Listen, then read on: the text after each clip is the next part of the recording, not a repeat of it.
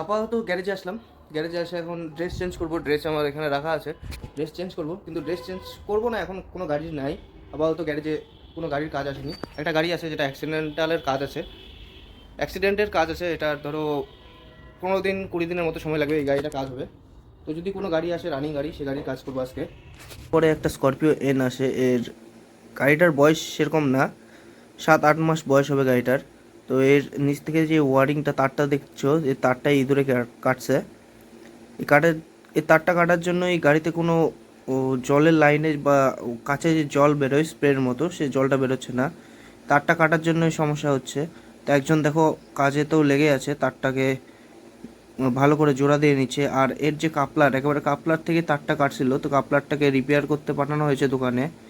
তো এই তারটাকে রিপেয়ার করে এই গাড়িতে লাগানো দেওয়ার পর গাড়িটা বেশিক্ষণ সময় লাগেনি, আধা ঘন্টার মতো সময় লেগেছে, গাড়িটার কাজ হয়ে গেল। ফার্স্ট কাজ এটাই ছিল। পাক্কা আরও 2-3টা গাড়ির কাজ করলাম। কাজ করে আপাতত এখন রেস্টে বসে আছি। আরও গাড়ি আসার কথা, একটা বুলেরো আসবে, দেখি কতক্ষণে গাড়ি আসে। চুপচাপ ফ্যান লাগাই নিয়ে বসে আছি, একটা গাড়ির ভিতরেই বসে আছি। একটা গাড়ি আসছিলো, ট্রায়ালে গেল। স্করপিও এনের পরে আরও 2টা গাড়ির কাজ হলো, যেগুলো যেগুলো করলাম। 2টো গাড়ি, বুলেরো গাড়িটা আসার কথা ছিল, সে বুলেরো গাড়িটা আসছে। এই গাড়িটার প্রবলেম দেখতে পাচ্ছ, ডান দিক থেকে এক সাইডে এক পোলে লাগছিল। তো এই জিনিসটাকে আবার ফিক্সড করে দেবো নর্মাল টেম্পোরারিভাবে।